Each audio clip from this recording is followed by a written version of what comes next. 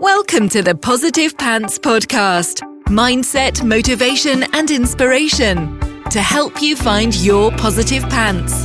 Let go of negative thinking and stop living for the weekend. With your host, Fran Excel.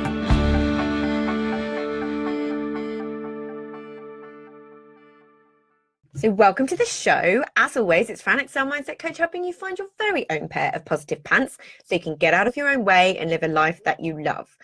Thank you so much for joining me. I'm very grateful you've chosen to put me in your earbuds today. Please do hit the subscribe button so you don't miss anything, and do leave me a review. I love reading them, and it really helps me get found by other people who need to hear what I share. I'd also love you to email me your mindset and productivity questions or topics you'd love me to cover to hello@franexcel.com, because I know a lot of you think I'm inside your heads because you tell me all the time. But if I don't know what you need, I can't give it to you. So let me know. What are triggers? And do you know yours? In this context, I'm going to be talking more about the day-to-day emotional triggers that we all experience to varying degrees, rather than anything related to PTSD or shock trauma or anything like that. So triggers can be all sorts of things. Smells, think your ex aftershave. Sounds, a particular song that elicits an emotional response. Sights, behaviours, words. It can be internal, like a feeling or a memory, for example, or they can be external, like the sight or sound, or even a particular person. And often they come up when we watch something, or we read something, or someone says something in conversation, and all of a sudden we're in a super heightened emotional state, right? Whether it's sadness, anger, outrage, or something else. It's usually totally out of proportion to what's actually just happened. And even though to you it's a big thing, other people may fail to understand why sometimes, right? I'm sure you've been in that situation before. You've been triggered. So essentially, triggers are something that triggers a response in you, an increase of a particular symptom. So anxiety, for example, or anger, rage. Triggers are linked to our beliefs and values. It can be a trauma response. It can be an ego response, often from our unmet needs as a child, where we don't have the capacity to really process the emotion at the time.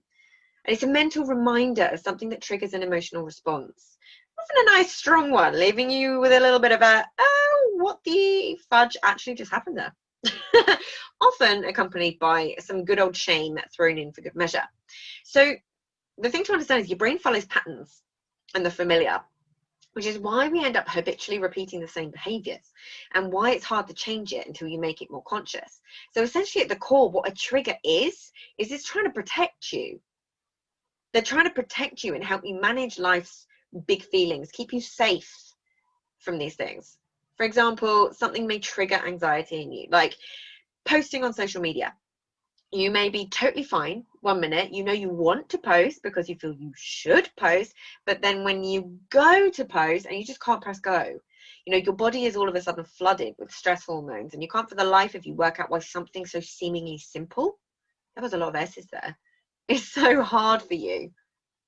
But it could also be that being visible is something that is unsafe to you, to your unconscious, to your body, your nervous system.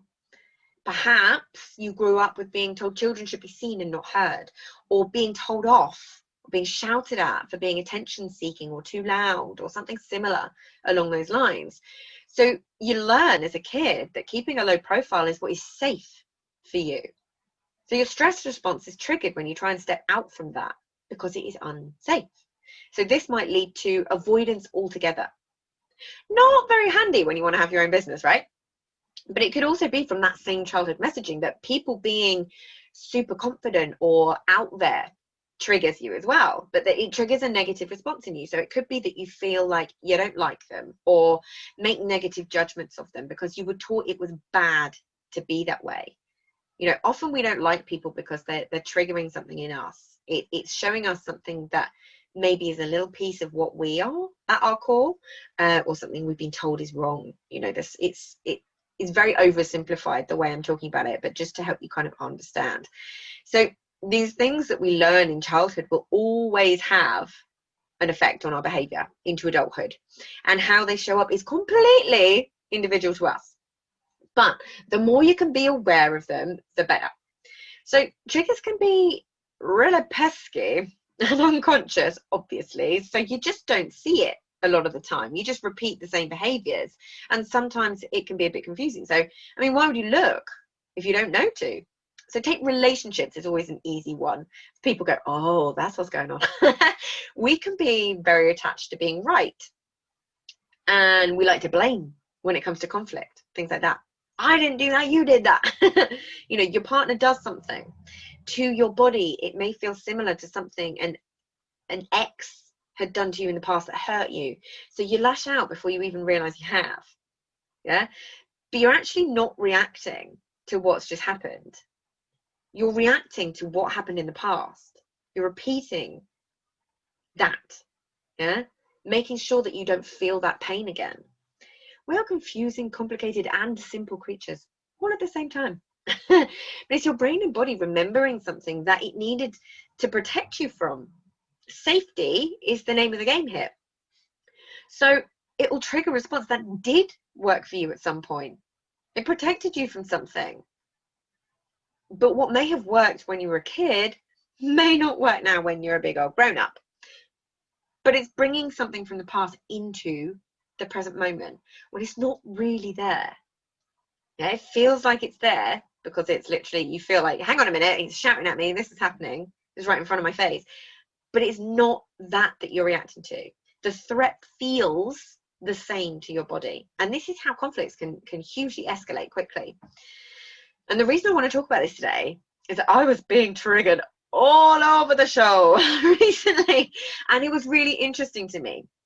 I know people have a habit when it comes to personal development and understanding this stuff to just get rid of things, but it's not about that. These things will come up, but the more you can learn about and understand your triggers, what they are, where they come from, how to navigate them, the easier things get. You know, when 95 to 99% of everything that you're doing is unconscious, it's going to happen, but they will get lesser. So occasionally you are thrust straight into the lion's den of your triggers, which is what happened to me, and it can be really very interesting indeed. So I know that one of my triggers is around competition.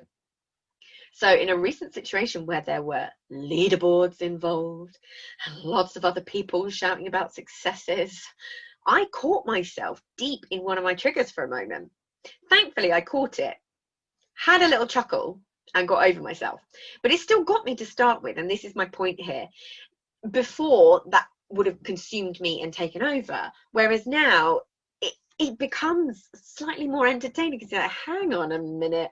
This is why I always tell people to name their egos as well, because it takes away that emotional draw to it, right? So now with a leaderboard, I will go one way or the other. Because in something else I'm doing, I've noticed a leaderboard, and because I'm at the top of that, I've been doing everything. So this is what I do.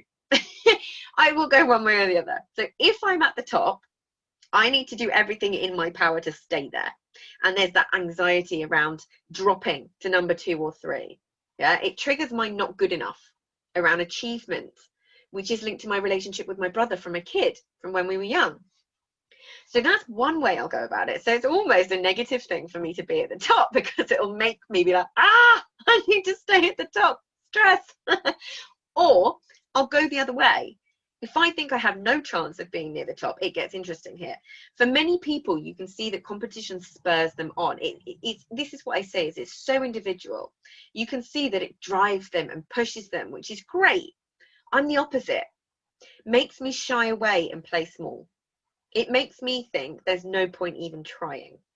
So there's some anxiety either way for me, but of course with the latter, that's not going to really get me anywhere, is it? Right? So I don't like competition. I steer clear of comparing myself. I don't tend to put myself in situations where I will compare myself to someone else. It's a fruitless task anyway, so I'm very conscious of it. So because I'm aware of the trigger, I can manage that pretty easily. Until there are some situations in life where it can't be avoided, right? But thankfully, I caught myself playing small for a moment. I felt that familiar retreat feeling. I'm very aware of what it feels like in my body. So I recognized what was going on, took a breath, gave myself some compassion, importantly, called it out and kept moving. I even called it out in the group. I was like, guys, this is really interesting. I've just noticed myself do this thing. And I realized that's bonkers. So I'm calling it out in public. So we all have these triggers, right? But they are very, very individual to us. So I'm sharing a couple of mine with you to see if it triggers something for you to remember, you know, see where you might get triggered by something. Because triggers can be positive or negative, right? But you can get to know them, not see them as bad or wrong.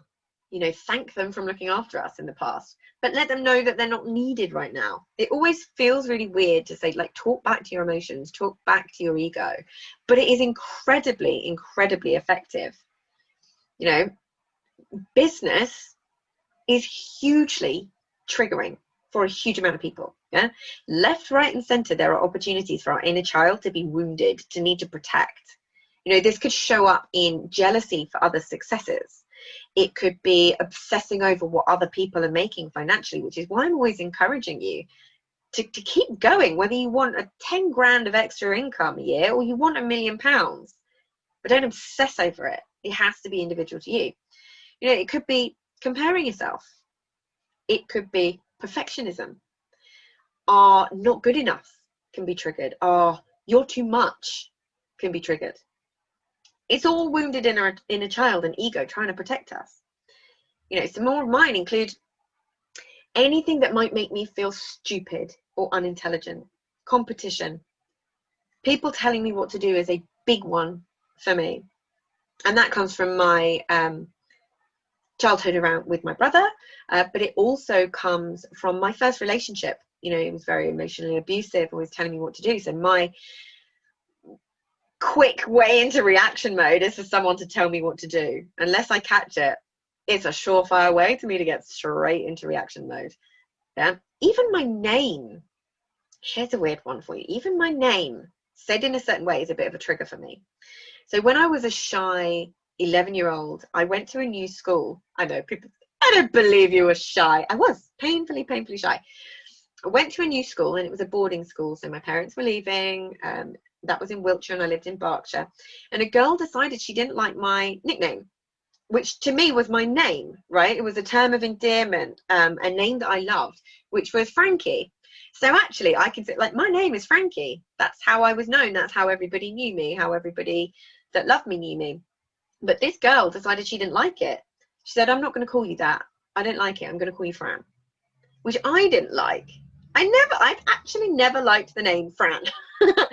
But because I was shy and she was dominating, I just put up and shut up.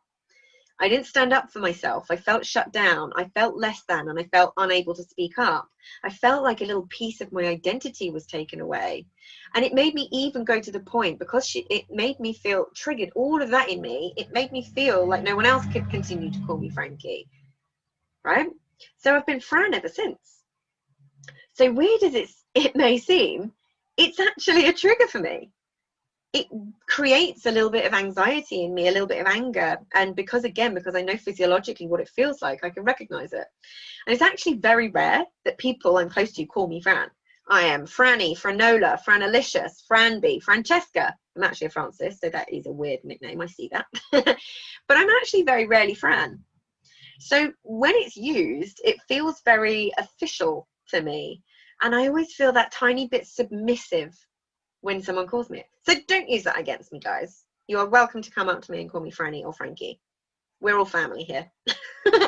So what triggers strong emotions for you?